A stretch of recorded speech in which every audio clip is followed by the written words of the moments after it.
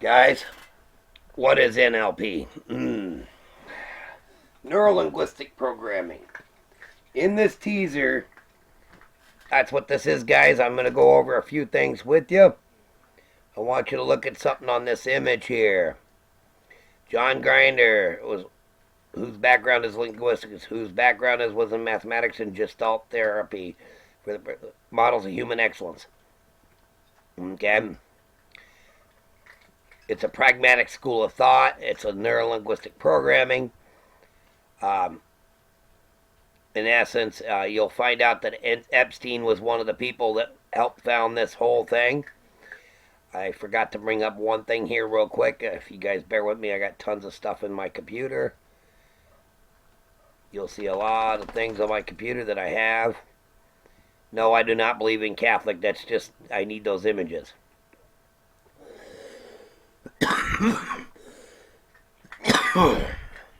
Pardon me. That's a book that's I'm gonna refer to during the sample teaser. Everyone thinks that these guys invented NLP, and everything totes that they're the ones that founded it, back in 1975 and 76. If you read right here, The Structure of Magic, Pattern of the Hypnotic Technique, 75, 76, it goes way before that, guys. We go here to this book right here. Let me bring this up real quick. It's by Charles F. Hannell, and it's called The Master Key System. You can download a free one from their website. I don't want to take from that. It's public domain. You got to go to their website, thesecret.tv. It makes a great deal of reading for you guys.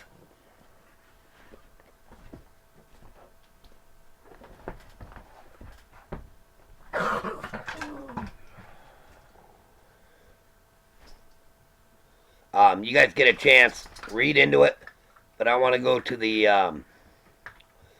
right here, I wanted to read you this part here. I'm going to zoom in. Hopefully you guys can read this. There are the techniques which made millionaires over and over again before the book basically disappeared about 1933. It was originally written in 1912. This very book that later reemerged in Silicon Valley decades later as as a millionaire maker all over again. The legend goes that a certain Bill Gates stumbled upon this book when just a Harvard student and went on to create history. Study and absorb Hannell's amazing techniques, and there is no doubt, too, you will stumble upon powerful, exhaustive, and dynamic ways to create your own dreams. This is the original form of NLP. Like I said, this thing goes deep, guys. Nature compels us. Okay, I want you to think of things. Quality of individual thought, the ideals and actions, conditions that arise as a consequence. Hence the study of creative process and how to apply them. If each one of us, the knowledge is the means whereby the evolution of human life on earth may be hastened and uplifted in the process. Okay? This is the true root of NLP. Now we're going to get onto this part of it, guys. Before I go into that mind-numbing 7-minute video, I want you guys to read something here. And it took me a little bit of learning, so let's see. It's now in its third decade as a field of study and has evolved considerably. What was the key word? Evolving. Okay, I just want to show you guys that real quick. We're going to go to... You can see all the fake smiles, and you know him. He's a real famous person. You've seen him on news interviews and everything else. But I want to get over to my media player here. Bear with me a minute. It's kind of fun trying to get to it. But this is going to be a little loud, guys. Bear with me. But this will explain NLP pretty well. But watch the background, too, in this when you're watching this. Because this will actually show you the mind-altering programming done in wavelengths. Wakeus Ministries is known for revealing that there's wavelengths and vibes in music and everything else and in videos. Well, this is part of the subtle programming. It's also the background imagery and how it moves selectively.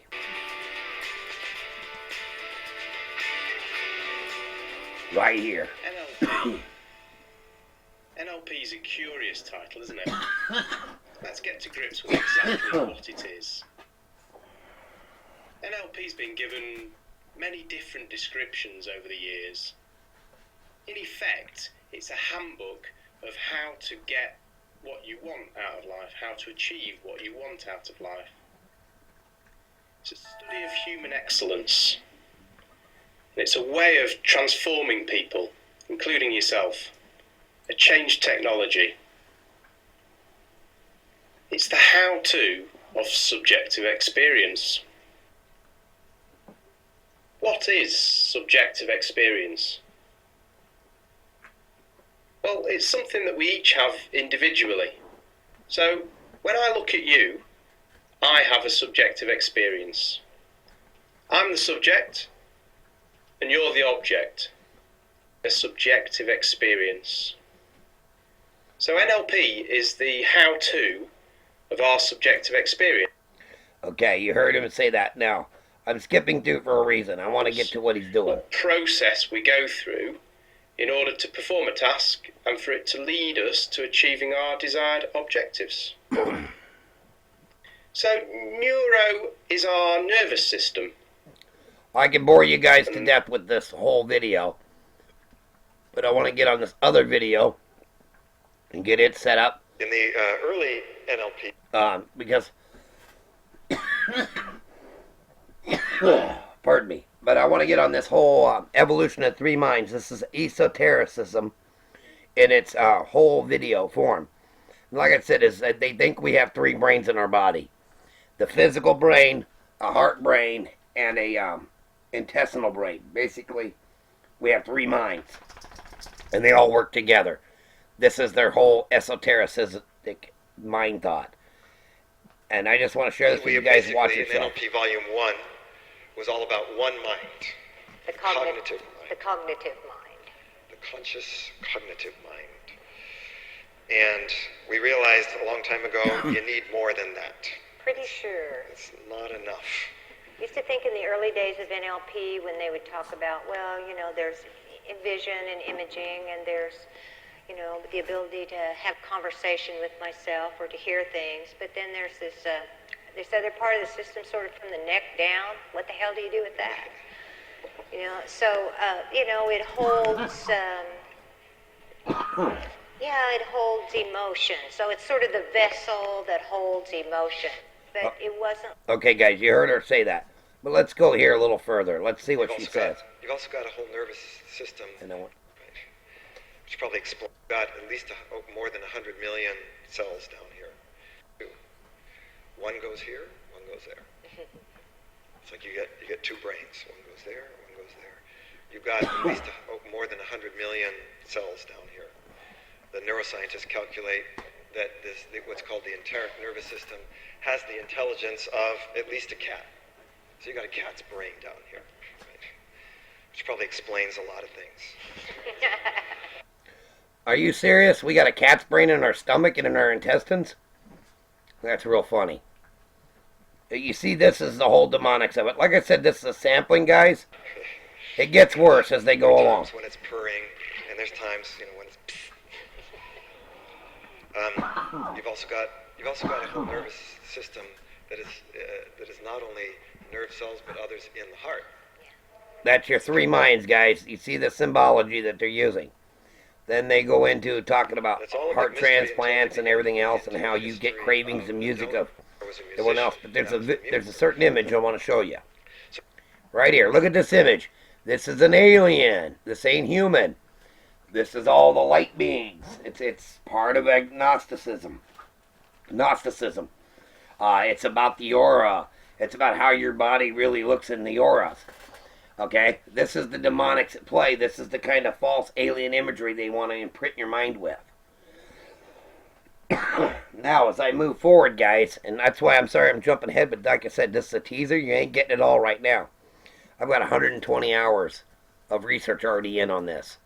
And I've known too much already. You've got a brain here.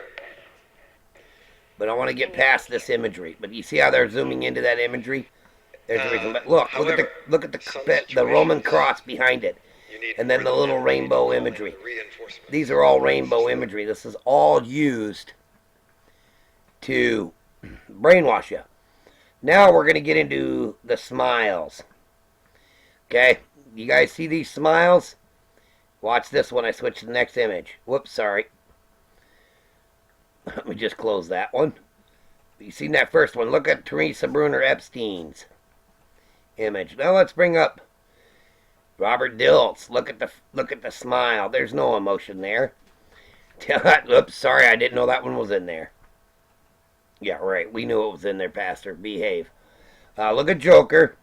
Look back here again. We're going to get into the smiling. You want to see NLP programming at its play? Even Pope Francis is in on it. Now, like I said, I've got tons of these imagery. Before I go into the other debunking, I want to show you a few others that are people that have actually done NLP programming. They've taken the courses in NLP programming. My computer's being a little stubborn, guys. Bear with me. You guys know him from TBN, Paul Crouch. Symbology. Look at the fingers. Look at the face. Look at the charisma. Oh, yeah. Look at the symbology here. Like I said, guys, my computer's being stubborn. Look at that. And I didn't even ask for that image. I love it when it does that. But look at the halo effect with the imagery, the false imagery. Look at that. The thumbs up and him with the Bible. Look at them two.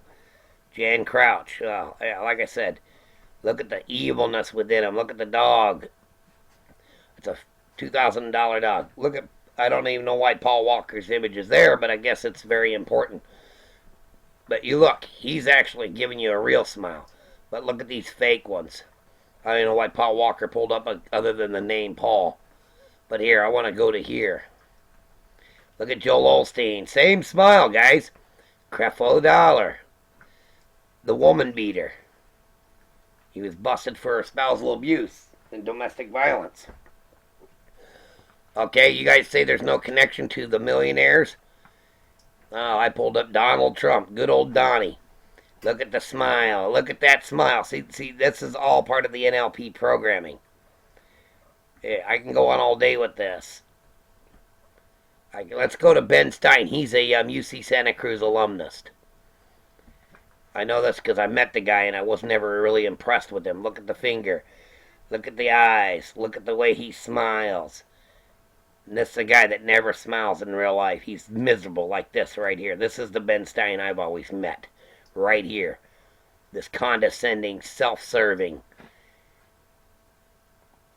attitude here. This is the Ben Stein I recognize. This is the Ben Stein that I've known. This is not the Ben Stein that I know. But look at the symbology. Guys, the only reason why I'm giving you the sample is so you know how much research I've done.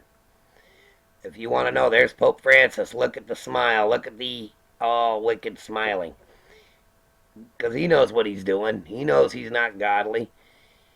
He knows he's taking people's money, playing God incarnate, lamb on his back. Look at all this symbology. You think I'm kidding about it? Look at that pedophile hug. Making people bow down and worship him. Look at the face there with the thumbs up. I mean, this is demonic. And then look at Kenny Copeland. Oh, everybody loves Kenneth Copeland. Everybody knows Kenneth Copeland and his wife Gloria.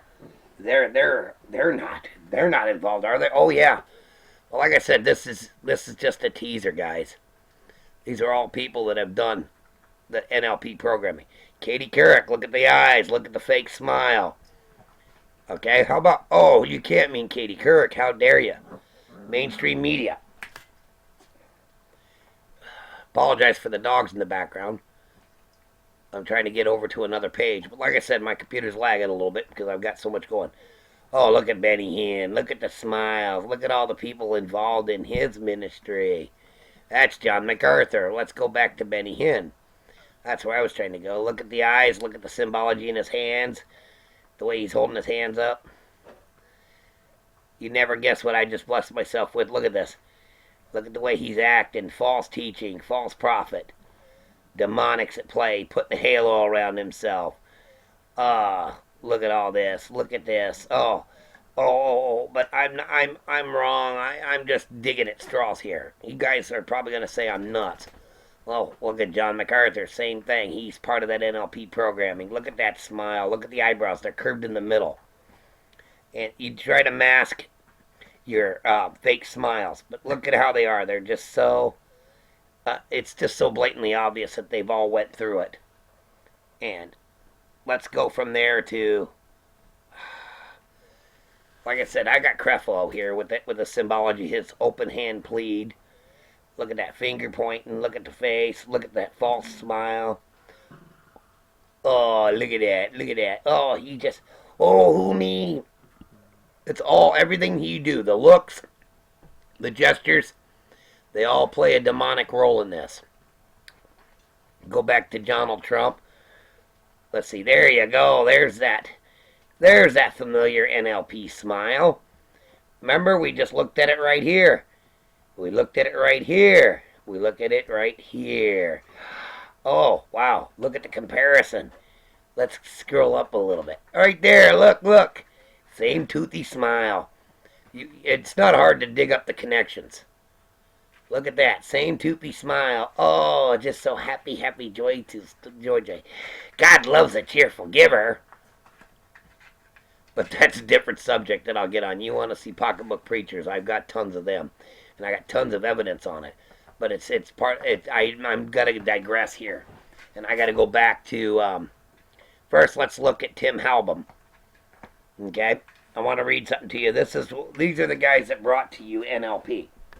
In addition to providing over 150,000 person contact hours of communication and behavioral change-related training to individuals, businesses, and government organizations in the United States, Europe, and Latin America, Tim has spent thousands of hours researching stress, health, lifestyle, and personal productivity.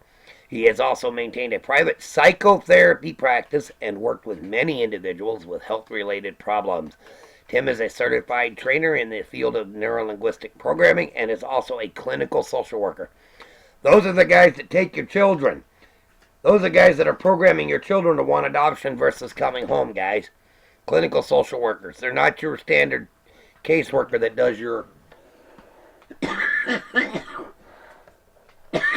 application for food stamps and medical. He got his from Utah. Okay? I'll close that page for a minute. I want to get to this guy right here, this Dilts. And I got a spot down here at the bottom already highlighted. I wanted you to see this one part. Robert has a degree in behavioral technology from the University of California, Santa Cruz. That's a key factor. He received the President's Undergraduate Fellowship in '77 for research correlating eye movement and brain function conducted as the Langley Porter Psychiatric Institute in San Francisco. At the Langley Porter Neuropsychiatric Institute, meaning he used psychiatric patients for his guinea pigs. Now, why did I bring up UC Santa Cruz and why did I bring up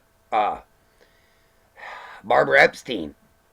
Well, her son is one of the co-founders and assistants in building up NLP. But I want to show you the whole key fact that a lot of this whole NLP came from Santa Cruz, California, and Utah. What is she? She's a professor emerita, Humanities Division, History of Consciousness Department, Humanities Division, History Department, Jewish Studies. She's a humanities academic services, High Street in Santa Cruz. I've been there. I know these people very well. I dealt with them. They didn't like me, and I didn't like them, and now I know why. But I want to get down here into her selected books that she recommends. The Minsk Ghetto, Jewish Resistance and Soviet Internationalism, Cultural Politics and Social Movements, edited with Richard Flax and Marcy Darnowski, Temple University Press, Political Protest and the Cultural Revolution, Nonviolent Direct Action in the 70s and 80s, University of California Press, The Politics of Domesticity, Women, Evangelism, and Temperance in the 19th Century. Sensitivity training, guys. Wesleyan University Press. But let's get over to her daughter-in-law. She's the one of the administrators of it. But look at the smile again. was a late NLP trainer and developer Todd Epstein, and an early acquaintance of Richard Bandler. Teresa attended the University of California of Santa Cruz and was one of the first people to be awarded the Environmental Studies degree. Now, guys, I told you this is a teaser. But I'm going to get into some things here that's going to really probably upset you guys. Like I said, I'm done with the other video, and you understand that it stands for Neuro-Linguistic Programming. It's a way to make yourself an epistemology that addresses the many levels involved in being human. NLP is a multidimensional process that involves the development of behavioral competence and flexibility, but also involves strategic thinking and understanding of the mental and cognitive processes behind behavior, tools and skills for the development of states of individual excellence.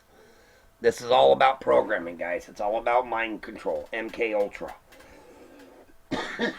This is where the root of MK Ultra really started, between this and the Master Key System, which was the grandfather of NLP. Whether they admit it or not, the facts are that it shows itself. But I wanted you guys to see this so I can get these guys. Now, I'm going to go back to Robert Dilts. This is the writer of this article, right? And the reason I brought up this article, it's called The Modeling of the Wisdom of Jesus. I want you to read right here. Having been raised Catholic and attended a Catholic schools, through the secondary school I was continually exposed to the Gospels and the stories of Jesus' deeds. I have often contemplated the relevance of the stories of Jesus' works for NLP and vice versa. Jesus didn't work for NLP. And so the whole garbage and hogwash that he had something to do with. Here's Tim Halbin in his smile. I already showed you his biography. But I want to get on this here because this is a key word here. That's Robert Dilts right there. There's Diltsy. There's good old Diltsy, the smiling joker of NLP. But I want to get on this because that's why I brought this up instead of keeping it on the article of the month. The Power of Belief is right there.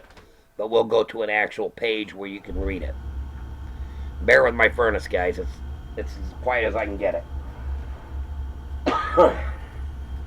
Okay. In the New Testament, two words are used in reference to healing. One, iomai, which means to heal in the sense of curing or repairing, and two, therapo, which means to attend to someone. When Jesus referred to healing, he used the word therapo. I'm going to debunk that in a minute, guys. The implication being that he viewed healing as supporting and encouraging the natural self-healing ability of the system, as opposed to exerting power over it himself to repair it. Jesus was able to tap into and encourage the healing process in a way that was both effective and systematic. One of the ways he did this was through the person's belief systems. Certainly a clear pattern emerges in the accounts of Jesus' healing works, is that a great deal of his words and actions were directed towards influencing people's beliefs and belief systems. As the following statements indicate, Jesus placed a great deal of emphasis on the power of belief. And I can go through here if you want me to, but I'm going to let you guys see that for a second. I'm going to hold it there. But I want you to look right here. These quotations certainly imply that belief is one of the key factors in helping a miracle to happen. As Goethe, which is a certified Gnostic, maintained the miracle of faith's most cherished child, even modern medical science acknowledges the healing influence of beliefs in the form of the placebo effect. My own work in the applications of NLP and psychotherapy and healing has certainly highlighted, for me personally, the significance of people's beliefs upon their mental and physical health. And then he goes into bragging about his book, NLP Dilts, Beliefs and Pathways. I could go on all day. But what I want to do is debunk this whole therapo suggestion that Christ only used placebo effects. Drop my book. Sorry about that, guys. So we just read that there. Let's do this differently. Let's drop all these pages for a minute. Let me drop Mr. Ugly here. Let's drop them and him. And let's go right over here to the Word. This is the authorized King James Version, guys. Just an electronic. And we're going to go first one first. We're going to go to Matthew. And we're going to go to 8:1-3. So let's go to 8:1-3. When he was come down from the mountain, great multitudes followed him, and behold, there came a leper and worshipped him, saying, Lord, if thou wilt, thou canst make me clean. And Jesus put forth his hand and touched him, saying, I will, be thou clean. And immediately his leprosy was cleansed. And Jesus said that him, see, thou tell no man, but go thy way and show thyself to the priest. But I want to get on that. Christ cleansed him. When? Immediately. Does that sound like therapo or IOMI? Okay, now you seen that one. Let's go to the next one. I had so much fun debunking false teaching. We're going to go to chapter 9, verses 1 and 2.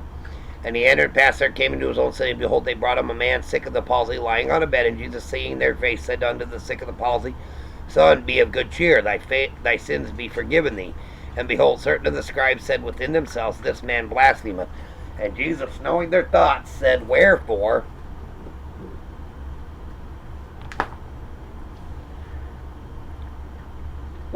think ye evil in your hearts? For whether it is easier to say, Thy sins be forgiven thee, or to say, Arise and walk, but that you may know that the Son of Man, hath power on earth to forgive sins. Then saith he to the sick of the palsy, Arise, take up thy bed, and go unto the house. And he arose and departed to his house. So there we go. I've debunked it already in 2 scriptures, that it's IOMI, not therapo. If you take scriptures out of context to benefit you, then you're benefiting yourself and what your ideologies are, not God's word. You're a shopping cart Christian or Catholic, which ain't much better. Sorry, guys. Don't mean to be brutal. Let's go over to Luke. Like I said, I'll debunk them in just these few chapters I got here. Luke 17. And we will go 12, verse 12. So let's go down to 12.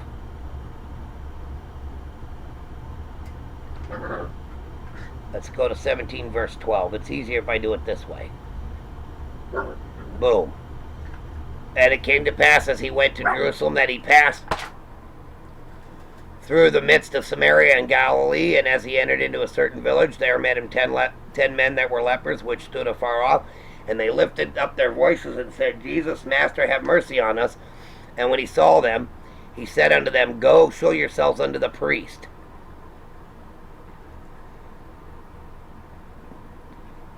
And it came to pass that as they went, they were cleansed. And it came to pass that as they went, they were cleansed. Excuse me.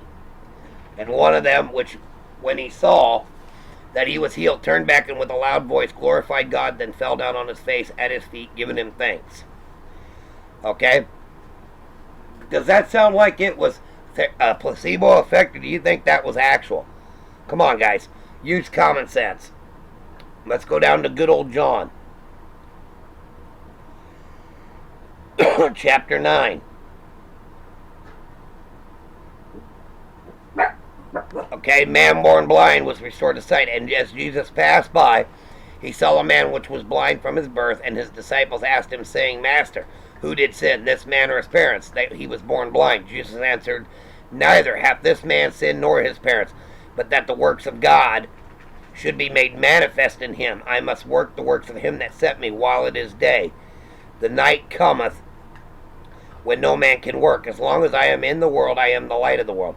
When he had thus spoken, he spat on the ground and made clay of the spittle, and anointed the eyes of the blind man with the clay, and said unto him, Go, wash in the pool of Siloam, which is by interpretation said. He went his way therefore, and washed, and came seeing. Okay, that is not therapo, that is EMA, or instant cure. So, there in a few short verses, I've debunked them. Okay, Catholics do not believe in the power of Christ, in the sense that Christ had any authority or any true power on this earth. But that's a different story. Guys, I'm going to close this teaser with that, and I'm going to let you guys have a good night. And I want you guys to see this for yourself and understand that what we see here is exactly what's going on.